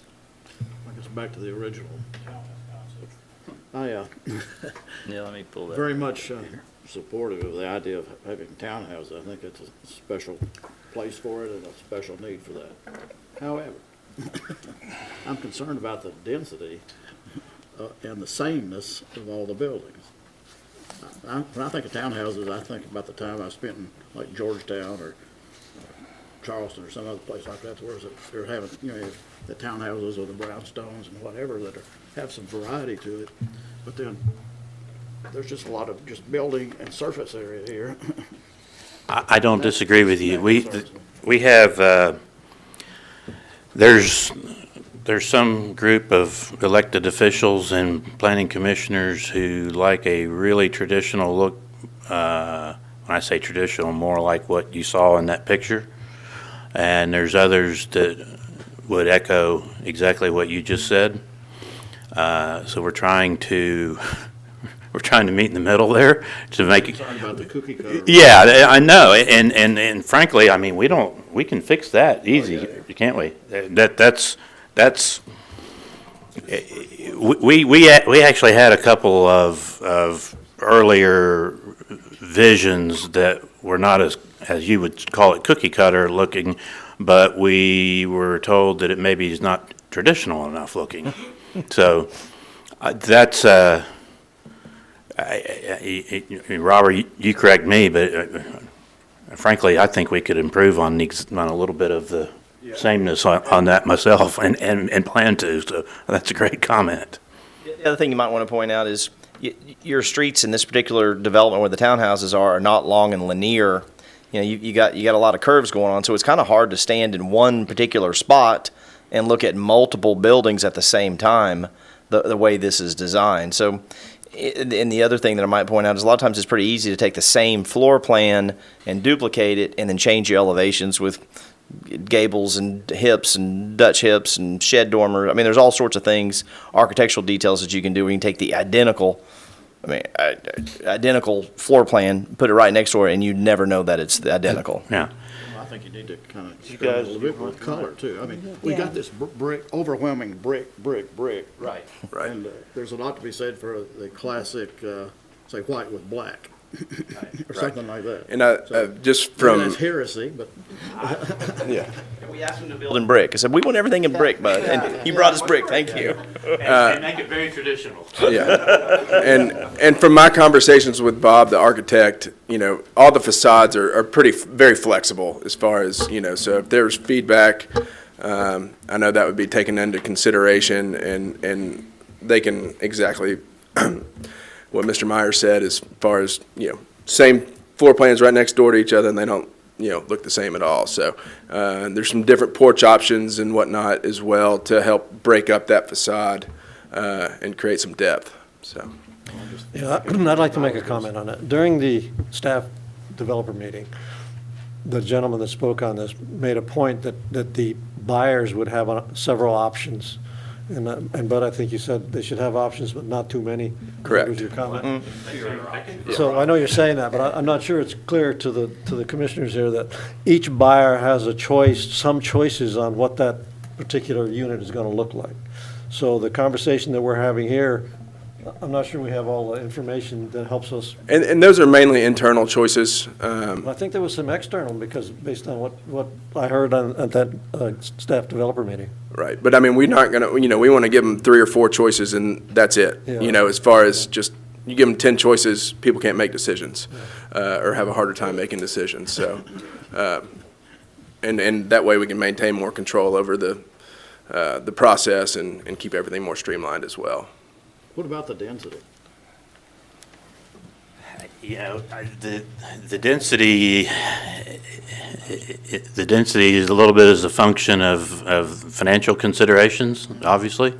I think the look and the feel, it went, again, there's been many iterations on this. And Bob Koch has a lot of experience all over the country, from the Northeast to Florida and everywhere in between, with townhouses and townhomes. And we landed at this. At one point, we were up toward 70 and ended up at 48. And yeah, I don't know that. It's about 7 units per acre, which is. I think it's about smack 6, dab in the wasn't middle it? of medium 6.5. density. 6.5, yeah. unit. If you just look at the 7.3 acres and the 48, units, it's roughly 7.3 or 6.5 units. Just trying to probe a little bit, because there's what you can do versus what you might want to do or should do. But I'm gonna throw out just kind of another I'm observation. spending $600,000 or $800,000, do I need a little bit, more open space in there or something like that, and sacrifice a couple of units? But that gets back to your economics, I understand that. But you asking for feedback? Mr. No, that's, hey, Back, and this is more of a personal preference, but my thought is a little bit picking up on what Ed said. A $600,000 to $800,000 product. I'm not necessarily sure you need a pool. I mean, you're gonna spend a lot of money, and it's going to affect folks' dues. I think the reality is, somebody wants a pool. I mean, they can grab a membership at the YMCA, they can grab a membership at Fox Den, and I think the folks that you're probably more catering to are mature couples, maybe the empty nesters, occasionally, young professionals. But that's a pretty big nut to crack for young professionals. So yeah, I don't think you're necessarily going to have a whole lot of little kids in there. And I'm thinking for me personally, so this is a selfish thing, is I love the idea of this. Maybe I'm about 10 years out before this is appealing to my wife and I, but I'm not sure. I would never use the pool. we've had that very conversation. And so I'm thinking, so in this, what it also might do is, give you a little bit more open space or green space. And I mean, I don't know. I think a gazebo's kind of hokey, but maybe there's something else. Maybe there's, folks would like to have a little clubhouse where people get together and play bridge or gin rummy or something like that. I don't know, but in my experience, pools cost a whole lot to install, and they cost a ton to maintain. They do. And 48 units, that's not a whole lot of units to spread those maintenance costs over. So I guess what I'm saying is, more is not necessarily better in this product. So again, that is something for me personally. Everybody else may, and your marketing team may say, nope, you got to have a pool. I don't think you need a pool. I'll turn it back over to them. I will say this before I do that, though. Eliminating the pool will substantially help with a couple of the issues that we addressed earlier as to the size of the streets and the fire circulation. They already said if we eliminate the pool, we can do this, and this, and it may. Again, I'm more of the commercial partner in this. I'm going to turn it over to these guys and let them. We may not necessarily need to do this tonight. We're kind of getting down in the weeds on some of these details. The one thing that I don't think we've gone over, which I can see on the site plan, but you might want to talk about how you have the front entries and then the rear entry garages, because I think that's a really cool, desirable element. Maybe we try to keep our view tonight at 10,000 feet. Obviously, you need some feedback on some of these text amendments of whether or not that's going to be palatable to this planning commission. But and they're palatable to me, and I can only speak for me. But I think I don't think we need to get down in the weeds on what your color brick is Right. tonight and whether you're gonna have a pool or a hot tub.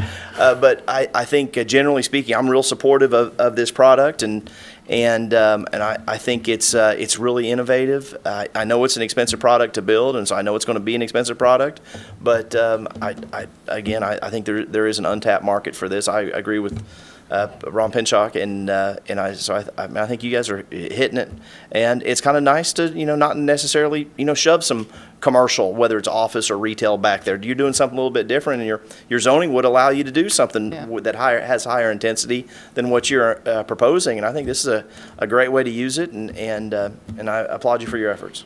I'd like to introduce Blaze Birch and let him address maybe, he could probably walk you through a little bit more of how the the garages and how the, Robert said each unit has the capability of having an elevator.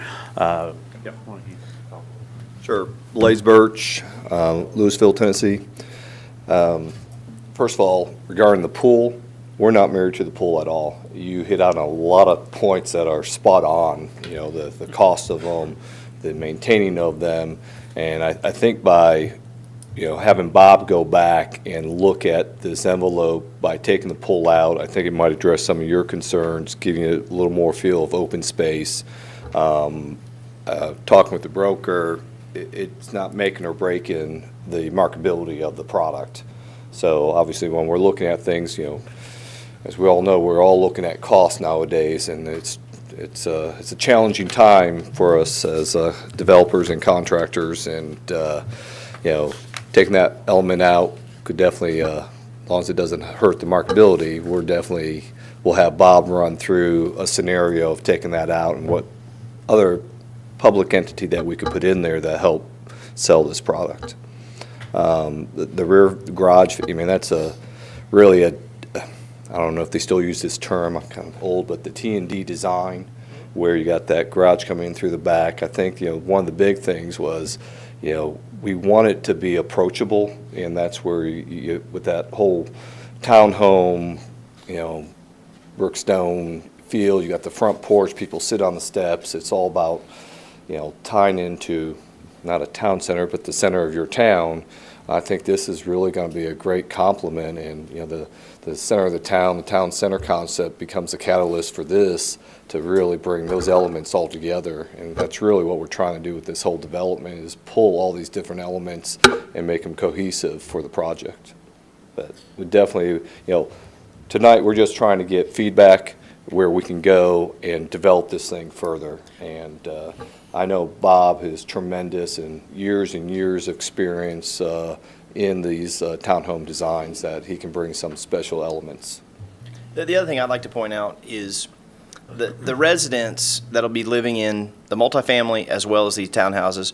Those folks are critical to the success of the doubt. businesses that are in your downtown. Absolutely. And that's what I don't think a lot of folks have understood. They say, well, we just want a downtown, but we don't want any kind of density of residential. And the reality is that those restaurants, whether it's a coffee shop or a full service restaurant or a bakery, they're not going to survive unless you've got these residents, because those are their built-in customers. And then obviously we hope that the rest of the town supports your retailers. Sure. But this is an important ingredient to make everything successful. And the walkability, you're obviously seeing people on the walkability is critical. street, and it just makes that whole vibrant feel. It draws in more people. I wanted to add just a little bit, because we have that style of development on the Ivy Farms condominiums, townhomes. They all face out, and they have a street, and of course all the driveways and garages are facing onto that street, but their fronts are all facing out onto Union Road and around and into what will eventually be the walkable commercial portion of that. So we're seeing that, and that's in high demand. It is. Yeah, they've It sold really like is. hotcakes. So. Yeah.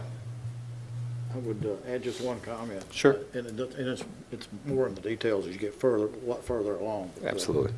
Those peripheral units in particular, but the whole development needs to be thinking also about security and how you're doing the lighting and everything like that. If I've got an attractive, high-end development, it'd be real easy somebody comes up while somebody's parking in a garage, and next thing you know, we've got an incident. So kind of think a little bit about the security aspects of the design too.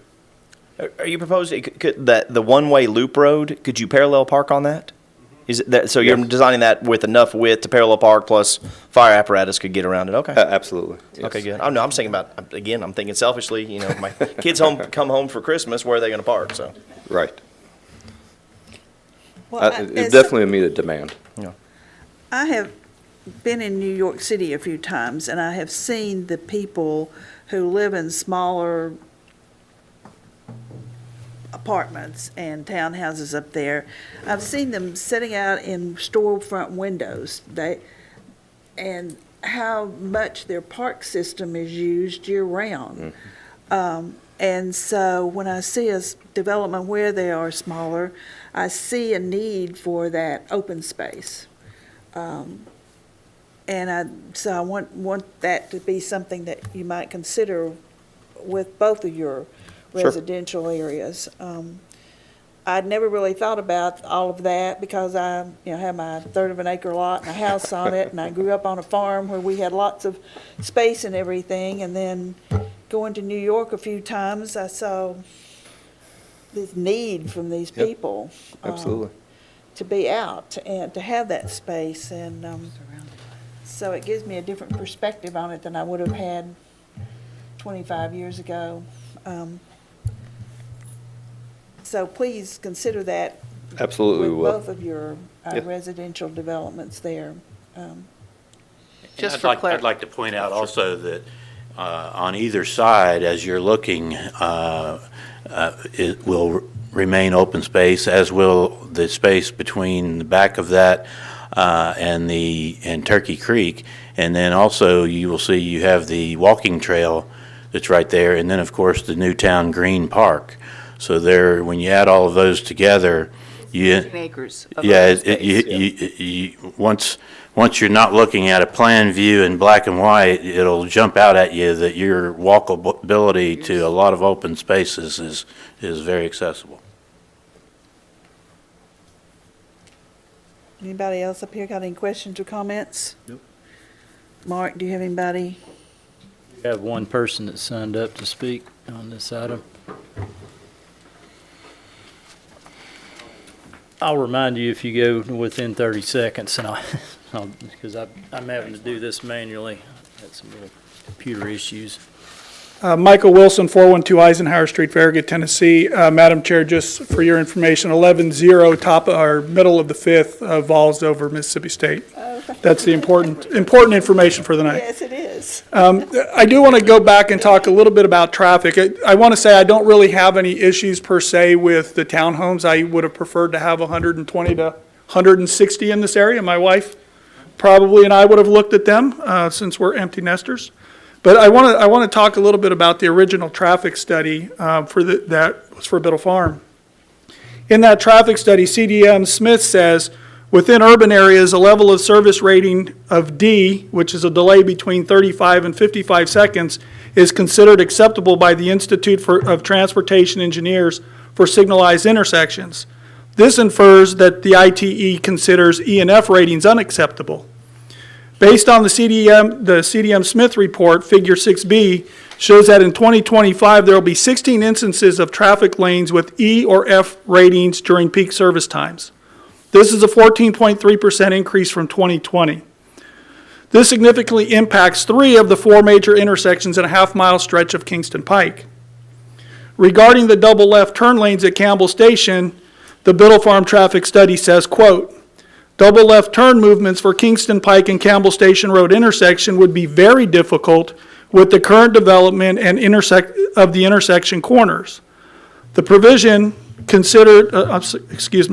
the provision of these double left turn lanes would require several design exceptions if they were to be considered by the town of Farragut, minimizing any right-of-way.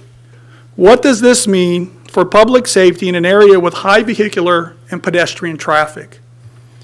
Further, the study uses an assumption that the background traffic volumes would grow by 3.5% compounded annually from 2020 to 2025. Please remember that number, 3.5% annually. I recently requested the 2022 TDOT vehicle counts conducted in February and March of this year. Here's the data for the 2 closest locations to this development.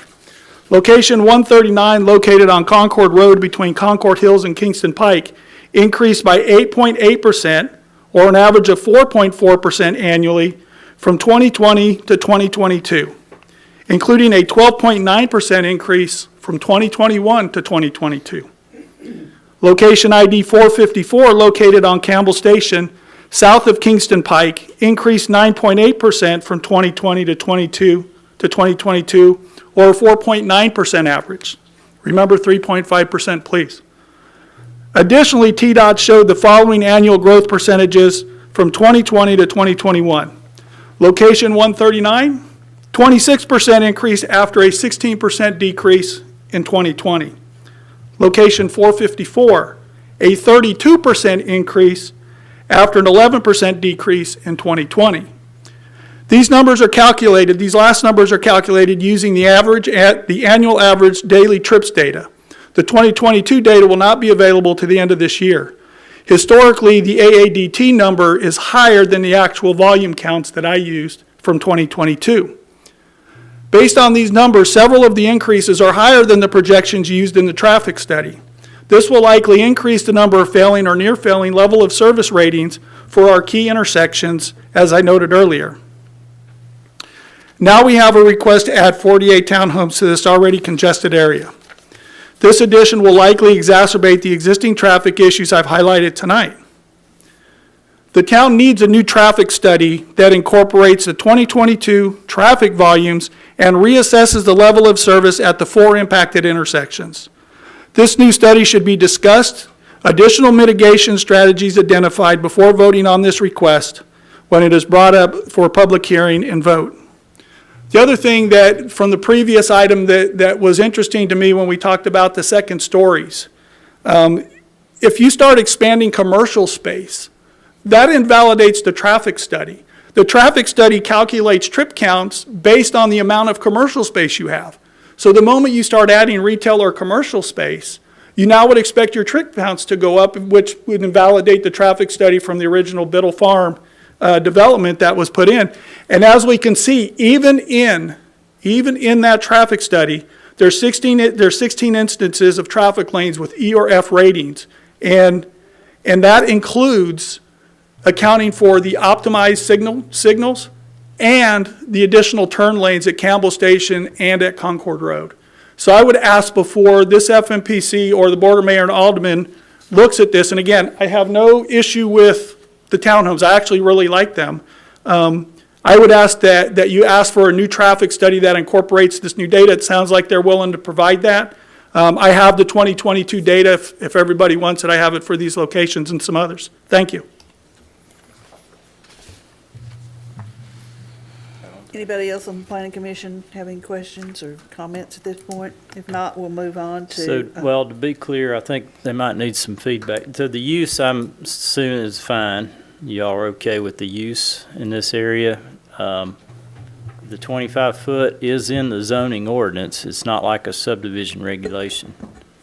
So he can't get a variance. You could, well, I mean, that's something we need to think about. If there was a way to get them to where they're 25 feet wide, it's 2 feet, but that'd be my recommendation. But I think if we can look at that. I mean, it's But just for something clarity, because it's not a subdivision regulations, because it's in the zoning ordinance. It's yeah. not, you That would only have- get variances off subdivision regulations. Well, no, that's why we have the BZA. You can go to the BZA for a zoning-related variance, yes. Okay. But Just for whether clarity. they wouldn't satisfy the parameters for that. in Well, you my gotta, you gotta have a hardship. What's the hardship?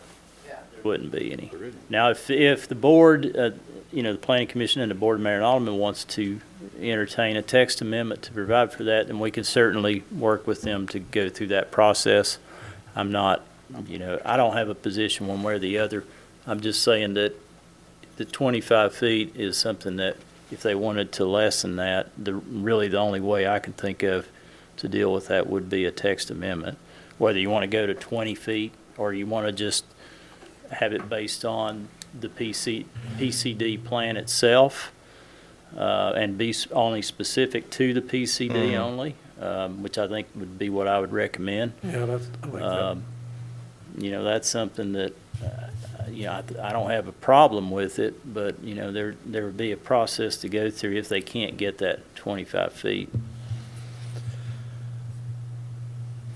I'd like to see the flexibility in the PCD and not necessarily just a hard and fast number, but as part of the narrative of when we're evaluating projects, because there's whether I like it or not, there's a lot of subjectivity in there, and I'd like, if that's one way for it to work, and I think that's an area that it's appropriate to go less than 25 feet. And again, I think that's probably the simplest way, in the absence of a hardship, to be able to skin that cat. I suspect they have tried to design this within the zoning requirements of 25 feet, and it's not working for a variety of reasons. And so they have, again, we don't necessarily need to discuss the merits of that tonight, but personally, I do support reducing it, whether we leave it as part of the narrative of putting together a PCD project, or we actually come up with a hard and fast number, whether it's 23 or 22 or 20, it doesn't really matter. But I do support giving them some flexibility to be able to do that. I think they're gonna go look at that overall based on like a pool and what have you. So I think we need to stay with the 25 right now and see what, then come back and say, okay, this is the issue. I'd rather have a more understanding of it before I decide that I don't want to, there's a flexibility in the PCD, fine, but let's prove that's what we need. Absolutely. If you take that pool and the parking lot for the pool out, then you're adding real estate that could possibly move some buildings accordingly. Without scale, it's hard to see, but I think I would look at that as a potential.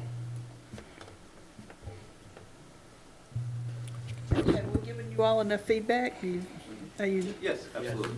We appreciate it. Thank you very much. But wasn't there a couple other items that were kind of flies in the ointment on this that you're gonna need some guidance on? Mark, do you recall what? I mean, the road narrowing. I mean, when you talk about road narrowing, was there any front setback issues, or is that that actually may be okay in the There was some PCD? front- We kind of allow them to go pretty much to the property line on PCD, so setback should be okay. You Well, probably there's got actually- impervious surface. You're probably okay. Heights. You don't have any issues with, I mean, that's, the height issues. I guess what I'm saying is that this is your opportunity before y'all really start spending some money and going to the next step to try to get some feedback and make sure there's some consensus. With the caveat that, we'll look at the pool removal portion, but currently we do have, where you see a couple of the buildings that push forward, we have a setback issue there where we're not able to maintain that 25 foot off the road. Which road, is that the loop road or is that? The loop road, yeah. I figured the PCD, we kind of encourage folks to get closer to the property line in PCD and put your parking in the back. I wonder why that's catching them. I mean, it seems like they should automatically already have flexibility in the PCD for that.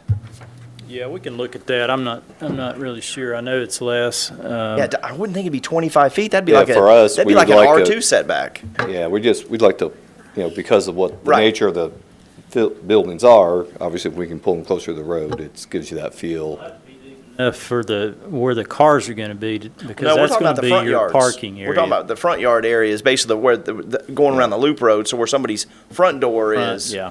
Yeah. Kind of similar to, I guess Park Place, in with some of those lots, where surely they can already come closer than 25 feet to the edge of right of I way. think it's 10. I think it's 10 feet. There may in be, there. you may have an interpretation Okay. issue and you may already be covered in that. That'd be Because great. it falls back to the mixed-use town center Okay. area. That's kind of what I was thinking. So the setbacks are less than that. I think what he's looking at is the PCD as it would apply to maybe a Watt Road project. Okay. Yeah, So I maybe think it's you're in- right, because we were looking at, the detached, single-family detached, and then we looked at But the you get attached. you get and the then- MUTC overlay, and that Okay. may give you Because some. you're trying to create a Right. different look and Right. We feel are. there. So Yes. the buildings up close to the street is an important element of that. So it does have a less setback. What was your road width on that road? You think that was comfortable for what you're trying to do? And I would maybe it's down to Sorry. 20. I mean, normally Yeah, if it's a public road, we want it to be 26 feet, and we have approved some 20-foot roads. It'd be 20 is what I recall, yes. And the fire marshal was good with 20. He thought that worked. We had circulations issue there, but I believe with the last revision, we met his requirement there. I guess then you might want to ask the rest of the planning commission, is that something that they have an appetite for of with a public right of way? Sure. Reducing that width down, maybe to 20 or 22. Well, that's all it's required in the fire access road is required to be about. Obviously, we can't circumvent, Relax that, too. we can't relax the fire code. That's what, but they've got to meet that. We But have relaxed it on the Ivy Farm, Ray Keeney's property. We relaxed it, didn't we? It's a small access road. Yeah, and but- there was very little density there, so that's Well, you have apples the and loop oranges. road on the backside, I mean, so a Right. lot of, I mean, it's double-faced. One of if I recall from staff Can you talk to the? Yeah, oh, sorry. If I recall from staff developer that the fire marshal said that you could have a smaller road, but if the right-of-way, which we had room to make it larger so the outriggers may not be on the pavement, but you could still spread it. And I may have just butchered that interpretation, but it's something along those lines. We could always come up with a fire easement. You know, you could always say, all right, you guys have the right to put your outriggers wherever you need to put your outriggers, with an X number. I think we can address that, but we just need to make sure that the planning commission is comfortable with kind of a road diet there as well. Like, again, I'm And I trying know. to stimulate some conversations so you guys don't get surprised later. Right. Absolutely, and we know we have more work to do here, and with all the input, it will be very helpful for us to get there. Don, did you have any questions about some of the other information that we need to put together to get this thing through, or we'll just go over that with Mark? Okay. We need to go back to the drawing board a little bit. Okay, all right. Unless you want to go ahead and prove it tonight, we're okay with that too. We're really flexible on that. I do know this, we had a couple of people that, from the public, showed up at the staff developer meeting almost insisting that we write a contract on a couple of the townhomes right then and there, so. Who needs a model home, right? That's right. So, again, thank you very much for going through and helping with us on Well, this. we appreciate your efforts. Thank you, Bud.